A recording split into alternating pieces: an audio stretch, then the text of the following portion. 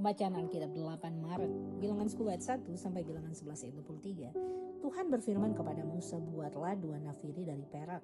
Dari perak tempaan harus kau buat itu supaya dipergunakan untuk memanggil umat Israel dan untuk menyuruh laskar-laskar yang berangkat.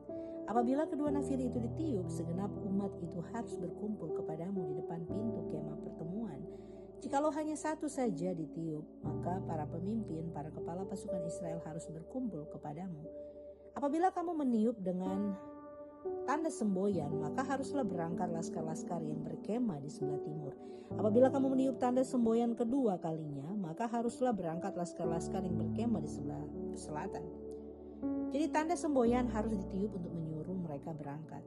Tetapi untuk menyuruh jemaah itu berkumpul, kamu harus meniup saja tanpa memberi tanda semboyan. Nafiri-nafiri itu harus ditiup oleh anak-anak Imam Harun. Itulah yang harus menjadi ketetapan untuk selama-lamanya bagimu turun-temurun. Dan apabila kamu maju berperang di negerimu melawan musuh yang menyesakkan kamu harus memberi tanda semboyan dengan nafiri, supaya kamu diingat di hadapan Tuhan Allahmu dan diselamatkan daripada musuhmu. Juga pada hari-hari kamu bersukaria, pada perayaan-perayaanmu dan pada bulan-bulan barumu haruslah kamu meniup nafiri itu pada waktu mempersembahkan korban-korban bakaranmu dan korban-korban keselamatanmu. Maksudnya supaya kamu diingat di hadapan Allahmu. Akulah Tuhan Allahmu. Pada tahun yang kedua, pada bulan yang kedua, pada tanggal 20 bulan itu, naiklah awan itu dari atas kemah suci tempat hukum Allah, lalu berangkatlah orang Israel dari padang gurun Sinai menurut aturan keberangkatan mereka. Kemudian diamlah awan itu di padang gurun Paran. Itulah pertama kali mereka berangkat menurut titah Tuhan dengan perantaran Musa.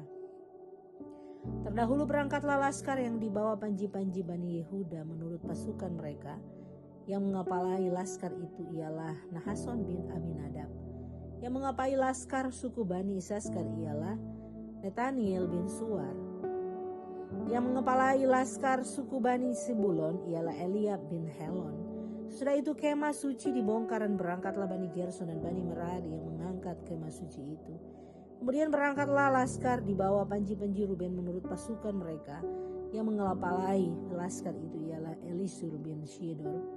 Yang mengepalai laskar suku Bani Simeon ialah Selumiel bin Surissadai. Yang mengepai laskar suku Bani Gad ialah Eliasaf bin Rehuel. Sudah itu berangkatlah orang Kehat yang mengangkat barang-barang tempat kudus kemah suci. Sudah dipasang sebelum mereka datang. Kemudian berangkatlah laskar yang dibawa panji-panji Bani Efraim. Menurut pasukan mereka, yang mengepalai laskar itu ialah Elisama bin Amihud. Yang mengepalai laskar suku Bani Manasye ialah Gamaliel bin Pedasur. Yang mengepalai laskar suku Bani Benyamin ialah Abidan bin Gideoni. Sebagai barisan penutup semua laskar itu berangkatlah laskar yang dibawa panji-panji Bani Dan. Menurut pasukan mereka, yang mengepalai laskar itu ialah Ahieser bin Amishyadai. Yang mengepalai laskar suku Bani Asher ialah Pegiel bin Okram. Yang mengepalai laskar suku Bani Naftali ialah Ahira bin Enan. Itulah aturan keberangkatan orang Israel menurut pasukan mereka ketika mereka berangkat. Lalu berkatalah Musa kepada Hobab, anak Rehuel dan orang Midian, mertua Musa, kami berangkat ke tempat yang dimaksud Tuhan ketika ia berfirman, aku akan memberikannya kepadamu. Sebab itu ikutlah bersama-sama dengan kami, maka kami akan berbuat kepadamu. Sebab Tuhan telah menjanjikan yang baik tentang Israel. Tapi jawabnya kepada Musa, aku tidak ikut, melainkan aku hendak pergi ke negeriku dan kepada sanak saudaraku. Kata Musa, janganlah kiranya tinggalkan kami, sebab engkaulah yang tahu bagaimana kami berkemah di padang gurun. Maka engkau dapat menjadi petunjuk jalan bagi kami. Jika engkau ikut bersama-sama dengan kami, maka kebaikan yang akan dilakukan Tuhan kepada kami akan kami lakukan juga kepadamu. Lalu berangkatlah mereka dari gunung Tuhan dan berjalan 3 hari perjalanan jauhnya. Sedang tabut perjanjian Tuhan berangkat di depan mereka dan berjalan 3 hari perjalanan jauhnya untuk mencari tempat perhentian bagi mereka. Dan awan Tuhan ada di atas mereka pada siang hari apabila mereka berangkat dari tempat perkemahan. Apabila tabut itu berangkat, berkatalah Musa, bangkitlah Tuhan supaya musuhmu berserak dan orang-orang yang membenci engkau melarikan diri dari hadapanmu. Dan apabila tabut itu berhenti, berkatalah ia, kembalilah Tuhan kepada umat Israel yang beribu-ribu laksa ini. Pada suatu kali bangsa itu bersungut-sungut di hadapan Tuhan tentang nasib buruk mereka. Dan ketika Tuhan mendengarkan, bangkitlah murkanya. Kemudian menyalalah api Tuhan di antara mereka dan merajalela di tepi tempat perkemahan. Lalu berteriaklah bangsa itu kepada Musa, dan Musa berdoa kepada Tuhan. Maka padamlah api. Padamlah api itu, sebab itu orang menamai tempat itu Tabera, karena telah menyala api Tuhan di antara mereka. Orang-orang bajingan yang ada di antara mereka kemasukan nafsu rakus, dan orang Israel pun menangislah pula beserta berkata, siapakah yang akan memberi kita makan daging? Kita teringat kepada ikan yang kita makan di Mesir dengan tidak bayar apa-apa, kepada mentimun dan semangka, bawang prei, bawang merah dan bawang putih. Tetapi karena kita kurus kering, tidak ada sesuatu apapun kecuali mana ini saja yang kita lihat.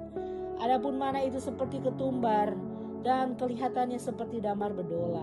Bangsa itu berlari kian kemari untuk memungutnya, lalu menggilingnya dengan batu kilangan atau menumbuknya dalam lumpang. Mereka memasaknya dalam periuk dan membuatnya menjadi roti bundar. Rasanya seperti rasa panganan yang digoreng. Dan apabila embun turun ke tempat perkemahan pada waktu malam, maka turunlah juga mana di situ. Ketika Musa mendengar bangsa itu, yaitu orang-orang dari setiap kaum menangis di depan pintu kemahnya, bangkitlah murka Tuhan dengan sangat, dan hal itu dipandang jahat oleh Musa. Lalu berkatalah Musa kepada Tuhan, mengapa kau perlakukan hambamu ini dengan buruk? Dan mengapa aku tidak mendapat kasih karunia di matamu sehingga engkau membebankan kepadaku tanggung jawab atas seluruh bangsa ini? Akulah yang mengandung seluruh bangsa ini, atau akukah yang melahirkannya, sehingga engkau berkata kepadaku, pangkulah dia, seperti pak pengasuh memangku anak yang menyusu. Bagaimana berjalan ke tanah yang kau janjikan dengan bersumpah kepada nenek moyangnya? Dari manakah aku mengambil daging untuk diberikan kepada seluruh bangsa ini? Sebab mereka menangis kepadaku dan berkata, berilah kami daging untuk dimakan. Aku seorang diri tidak dapat memikul tanggung jawab atas seluruh bangsa ini, sebab terlalu berat bagiku. Jika engkau berlaku demikian kepadaku, sebaiknya engkau membunuh aku saja. Jika aku mendapat kasih karunia di matamu, supaya aku tidak harus melihat celakaku. Lalu berfirmanlah Tuhan kepada Musa, kumpulkanlah di hadapanku dari antara para tua-tua Israel 70 orang, yang kau ketahui menjadi tua-tua bangsa dan pengatur pasukannya. Kemudian bawalah mereka ke kemah pertemuan, supaya mereka berdiri di sana bersama-sama dengan engkau. Maka aku akan turun dan berbicara dengan engkau di sana. Lalu sebagian dari roh yang hingga padamu itu akan kuambil dan kutaruh atas mereka. Maka mereka bersama-sama dengan engkau akan memikul tanggung jawab atas bangsa itu. Jadi tidak usah lagi engkau seorang diri memikulnya. Tetapi karena bangsa itu haruslah kau katakan, kuduskanlah dirimu untuk besok, maka kamu akan makan daging. Sebab kamu telah menangis di hadapan Tuhan dengan berkata, siapakah yang akan memberi kami makan daging? Begitu baik keadaan kita di Mesir, bukan? Tuhan akan memberi kamu daging untuk dimakan. Bukan hanya 1 hari kamu akan memakannya, bukan 2 hari, bukan 5 hari, bukan 10 hari, bukan 20 hari, tapi genap sebulan lamanya, sampai keluar dari dalam hidungmu dan sampai kamu muak. Karena kamu telah menolak Tuhan yang ada di tengah-tengah kamu dan menangis di hadapannya dan berkata, untuk apakah kita keluar dari Mesir? Tapi kata Musa, bangsa yang ada bersama aku ini berjumlah 600.000 orang berjalan kaki. Namun engkau berfirman, daging akan kuberikan kepada mereka dan genap sebulan lamanya mereka akan memakannya. Dapatkah sekian banyak kambing domba dan lembu sapi disembeli bagi mereka sehingga mereka mendapat cukup? Atau dapatkah ditangkap segala ikan di laut bagi mereka sehingga mereka mendapat cukup? Tapi Tuhan menjawab Musa, masakan kuasa Tuhan akan kurang untuk melakukan itu? Sekarang aku akan melihat apakah firmanku tetap kepadamu atau tidak. Pembacaan dari Perjanjian Baru, Markus 14 ayat 1-21. Hari Raya Paskah dan Hari Raya Roti Tidak Beragi akan mulai 2 hari lagi. Imam-imam kepala dan ahli-ahli Taurat mencari jalan untuk menangkap dan membunuh Yesus dengan tipu muslihat. Sebab mereka berkata, jangan pada waktu perayaan, supaya jangan timbul keributan di antara rakyat. Ketika Yesus berada di Betania, dia di rumah Simon si kusta. Dan sedang duduk makan, datanglah seorang perempuan membawa suatu buli-buli pualam berisi minyak narwastu murni yang mahal harganya. Setelah dipecahkannya leher buli-buli itu, dicurahkannya minyak itu ke atas kepala Yesus. Ada orang yang menjadi gusar dan berkata seorang kepada yang lain, "Untuk apa pemborosan minyak narwastu ini? Sebab minyak ini dapat dijual 300 dinar lebih dan uangnya dapat diberikan kepada orang-orang miskin." Lalu mereka memarahi perempuan itu. Tapi Yesus berkata, "Biarkanlah dia. Mengapa kamu menyusahkan dia? Ia telah melakukan suatu perbuatan yang baik padaku. Karena orang-orang miskin selalu ada padamu, dan kamu dapat menolong mereka bila mana kamu menghendakinya, tapi aku tidak akan selalu bersama-sama kamu. Ia telah melakukan apa yang dapat dilakukannya.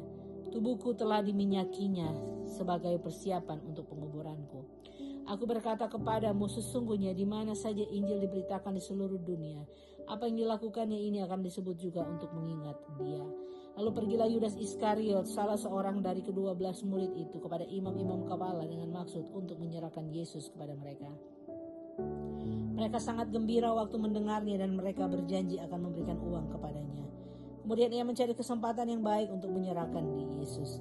Pada hari pertama dari hari raya roti tidak beragi, pada waktu orang menyembelih domba Paskah, murid-murid Yesus berkata kepadanya, "Ke tempat mana engkau kehendaki kami pergi untuk mempersiapkan perjamuan Paskah bagimu?"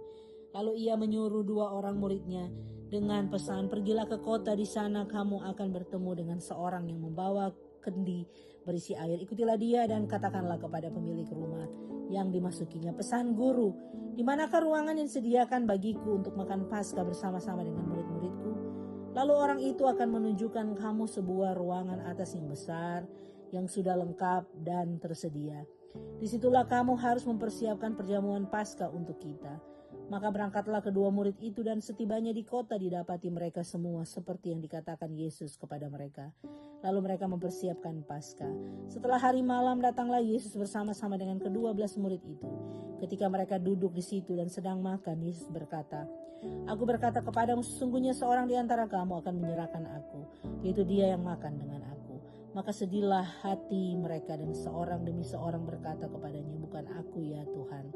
Ia menjawab, "Orang itu ialah salah seorang dari kamu yang 12 ini, dia yang mencelupkan roti ke dalam satu pinggan dengan aku. Anak manusia memang akan pergi sesuai dengan yang tertulis tentang dia. Akan tetapi celakalah orang yang olehnya anak manusia itu diserahkan. Adalah lebih baik bagi orang itu sekiranya ia tidak dilahirkan." Pembacaan dari Mazmur 51 ayat 3-21. "Kasihanilah aku ya Allah menurut kasih setiamu. Hapuskanlah pelanggaranku menurut rahmatmu yang besar. Bersihkanlah aku seluruhnya dari kesalahanku dan tahirkanlah aku dari dosaku. Sebab aku sendiri sadar akan pelanggaranku. Aku senantiasa bergumul dengan dosaku. Terhadap engkau sajalah aku telah berdosa dan melakukan apa yang kau anggap jahat. Supaya ternyata engkau adil dalam putusanmu, bersih dalam penghukumanmu. Sesungguhnya dalam kesalahan aku diperanakan, dalam dosa aku dikandung ibuku. Sesungguhnya engkau berkenan akan kebenaran dalam batin, dan dengan diam-diam engkau memberitahukan hikmat kepadaku. Bersihkanlah aku daripada dosaku dengan hisop, maka aku menjadi tahir. Basuhlah aku, maka aku menjadi lebih putih dari salju. Biarlah aku mendengar kegirangan dan sukacita, biarlah tulang dan yang kau remukkan bersorak-sorai kembali. Sembunyikanlah wajahmu terhadap dosaku, hapuskanlah segala kesalahanku. Jadikanlah hatiku tahir ya Allah, dan perbaharui batinku dengan roh yang teguh. Janganlah membuang aku dari hadapanmu, dan janganlah mengambil rohmu yang kudus daripadaku. Bangkitkanlah kembali padaku kegirangan karena selamat yang daripadamu, dan lengkapilah aku dengan roh yang rela.